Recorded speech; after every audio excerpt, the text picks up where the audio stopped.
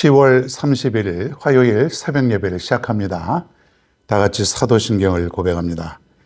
전능하사 천지를 만드신 하나님 아버지를 내가 믿사오며 그 외아들 우리 주 예수 그리스도를 믿사오니 이는 성령으로 잉태하사 동정녀 마리에게 나시고 본디오 빌라도에게 고난을 받으사 십자가에 못 박혀 죽으시고 장사한 지 사흘 만에 죽은 자 가운데서 다시 살아나시며 하늘에 오르사 전능하신 하나님 우편에 앉아 계시다가 저리로서 산 자와 죽은 자를 심판하러 오시리라.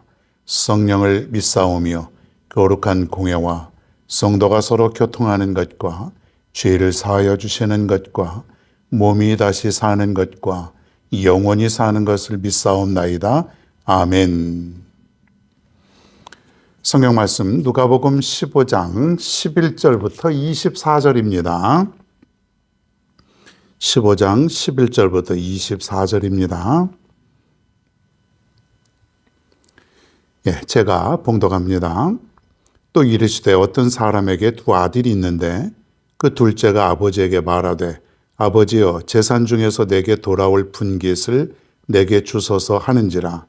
아버지가 그 살림을 각각 나누어 주었더니 그 후 며칠이 안 되어 둘째 아들이 재물을 다 모아가지고 먼 나라에 가 거기서 허랑방탕하여 그 재산을 낭비하더니 다 없앤 후 그 나라에 크게 흉년이 들어 그가 비로소 궁핍한지라.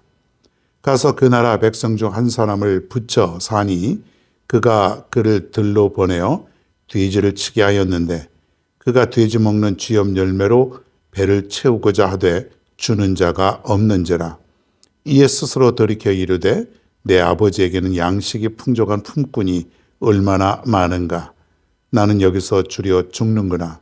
내가 일어나 아버지께 가서 이르기를 아버지 내가 하늘과 아버지께 죄를 지었사오니 지금부터는 아버지의 아들이라 일컬음을 감당하지 못하겠나이다. 나를 품꾼의 하나로 보소서 하리라 하고 이에 일어나서 아버지께로 돌아가니라. 아직도 거리가 먼데 아버지가 그를 보고 측은히 여겨 달려가 목을 안고 입을 맞추니 아들이 이르되 아버지 내가 하늘과 아버지께 죄를 지었사오니 지금부터는 아버지의 아들이라 일컬음을 감당하지 못하겠나이다 하나 아버지는 종들에게 이르되 제일 좋은 옷을 내어다가 입히고 손에 가락지를 끼우고 발에 신을 신기라. 그리고 살찐 송아지를 끌어다가 잡으라. 우리가 먹고 즐기자. 이 내 아들은 죽었다가 다시 살아났으며 내가 잃었다가 다시 얻었노라 하니 그들이 즐거워하더라. 아멘. 할렐루야. 자, 오늘도 생명의 만나가 이 아침에 도착했습니다. 오늘도 우리는 이 영적인 양식을 먹고 또 하루를 살아가는 것입니다. 세상 사람들은 물질이 있어야 되고 육신의 양식만 가지고 살아갈 수 있을지 몰라도 우리에게는 생명의 양식이 있어야 살아갈 수가 있습니다. 오늘도 이 양식 먹고 오늘도 넉넉히 승리하며 살아가게 될 줄로 믿습니다. 자, 오늘은 10월 30일 마지막 날이죠. 10월 31일 하면은 그 옛날에 가수 이용이 불렀던 노래가 생각이 납니다. 어떤 거 아시죠? 지금도 기억하고 있어요. 10월의 마지막 밤을 뭐 그런 노래가 있는데 저희 때 만들어진 곡이라 꽤 유명한 곡이죠. 자, 10월의 마지막 날 우리는 하나님의 은혜를 다시 한번 깨닫습니다. 아, 이번 달도 하나님이 지켜주셨구나. 31일 동안 순간순간 하나님이 지켜주셨구나. 내일부터 시작되는 11월도 우리 하나님의 은혜가 변함없이 우리 모두에게 임하게 될 것입니다. 오늘 말씀 길게 제가 봉독을 했죠. 이 하나의 이제 스토리가 되겠습니다. 여러분이 너무나도 잘 아는 둘째 아들, 즉 탕자의 비유로 우리가 말하고 있습니다. 탕자의 비유. 누가복음 15장에는 세 가지 비유가 있다 그랬죠. 잃은 양 한 마리 비유, 또 잃은 드라크마, 또 오늘 이 탕자의 비유, 세 가지 비유가 있는데 앞에 것 두 가지, 즉 잃은 양의 비유와 잃은 드라크마 비유는 하나님께서 찾으시는 것이죠. 하나님께서 찾으시는 비유. 즉 하나님이 사랑을 베풀어 주셔서 잃어버린 영혼을 찾는 그러한 비유가 되겠습니다. 잃은 양 혹은 잃은 드라크마, 돈이죠. 은전. 그것을 열심히 찾는 것은 그만큼 잃어버린 하나가 소중하다는 거예요. 우리는 많은 것 중에 하나는 가볍게 여기기가 쉬워요. 소홀히 할 수 있어요. 그까지 하나쯤이야.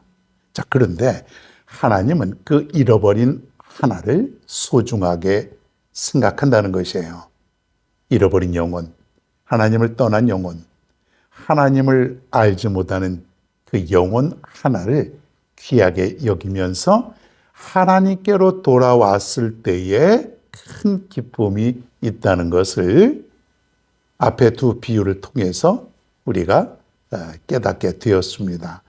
오늘은 탕자의 비유, 아들 둘이 있는데 한 아들이 아버지의 유산을 미리 달라 그래가지고 집을 떠나게 되고 집을 떠나서 그는 방탕하며 살아가게 되죠.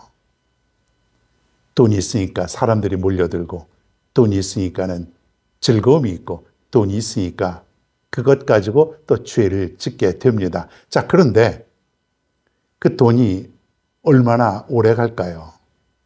여기서 시간을 제대로 우리가 알 수는 없지만은 아마 얼마 가지 못해서 그 많은 돈이 다 탕진되었다고 우리가 볼 수가 있습니다.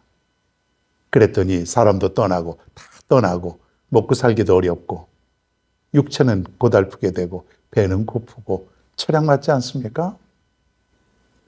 아마 이 아들은 과거에 아버지 집에서 편안하게 살았던 그 모습이 떠올리지 않았겠습니까? 거기 가면은 내가 편하게 살 수 있었을 터인데 아마 굉장한 후회를 했을 것이 분명합니다. 그래서 이 아들이 결심한 것은 뭐냐면 아버지의 집으로 가자. 이제 나는 아들이라고 할 수는 없고 내가 품꾼의 하나로 써달라고 아버지에게 가자. 내 죄를 용서를 구하면 아버지가 그렇게는 해주시지 않겠는가? 그러면서 이 아들이 아버지의 집으로 가게 됩니다. 자, 그때에 아버지가 이 아들을 먼저 발견하게 됩니다. 그것을 보면 이 아버지는 아마 이 아들이 집을 나간 그 이후부터 그쪽 방향을 보면서 매일같이 기다렸던 것이 분명하지 않을까요? 아들을 기다리는 그런 마음. 이 아버지는요, 아들이 저 먼 곳에서 모습이 드러나자 얼른 뛰어가서 그 아들을 덥석 안고 맞이하는 모습을 오늘 보게 됩니다. 그리고 나서 살찐 송아지를 잡고 그리고 많은 사람들을 초청해서 잔치를 베풀며 즐거워하는 모습을 보게 됩니다. 앞에 있었던 두 가지 비유는 하나님이 찾으시는 모습이지만은 오늘 이 비유의 모습은 기다리시는 하나님. 기다리시는 하나님. 내가 죄를 짓고 내가 세상에서 방탕한 삶을 살았음에도 불구하고 오늘 아버지의 기다리시는 사랑의 모습을 우리가 보게 되는 거예요. 하나님은요, 기다리시는 하나님이에요. 지금까지 우리가 잘못도 하고 잘못된 길로도 가고 아버지의 마음도 제대로 모르고 아버지의 뜻대로 살지 못했던 우리들이지만은 바로 우리를 내치지 아니하시고 우리를 버리지 아니하시고 계속해서 기다리셨던 하나님의 모습을 여기서 깨닫게 되는 것이에요. 기다렸다는 건 무엇입니까? 사랑이죠. 우리 사람들은 너무 쉽게 포기해요. 너무 쉽게 사람을 버리고 너무 쉽게 판단하고 그렇기 때문에 기다리지 않습니다. 그런데 하나님은 하나님은 계속해서 오랫동안 기다리셨다는 거예요. 저 여러분을 위해서 기다려주시고 기회를 주시고 아들이 터벅터벅 아버지 집을 향해서 걸어왔을 때에 아버지는 아들을 향해서 뛰어가는 그런 모습을 우리가 보게 됩니다. 아들이 집에 가면은 나는 죄인입니다. 아버지 이제 나는 아들이라고 말하지 마시고 나를 품꾼의 하나로 여겨주세요. 이렇게 얘기하려고 그러는데 아버지는 그 사죄의 말이 끝나기도 전에 먼저 사죄의 은총을 베풀어 주셨다는 것이에요. 놀랍지 않습니까? 나의 마음을 아시고 나의 속마음을 하나님께서 먼저 아시고 사죄의 은총을 먼저 허락하여 주셨다는 것이에요. 이게 뭐예요? 이게 하나님의 사랑이라는 것이에요. 여러분, 오늘 탕자의 비유를 통해서 우리가 다시 한번 깨닫습니다. 하나님의 사랑은 놀랍구나. 하나님의 사랑은 놀랍구나. 이 놀라운 하나님의 사랑을 여러분이 깨달을 수 있기를 바랍니다. 우리가 어찌 하나님의 은혜와 하나님의 사랑을 갚을 길이 있겠습니까? 우리는 평생토록 갚을 길은 없습니다. 그러나 그 하나님의 사랑을 깨닫고 하나님의 마음을 알고 우리가 살아가는 것이 중요하다는 것이에요. 오늘도 우리 주위에 잃어버린 한 영혼을 위해서 우리가 관심을 갖고 그들을 찾아오는 것이, 그들을 하나님께로 데리고 오는 것이, 하나님을 만나게 해주는 것이 아버지의 마음이다.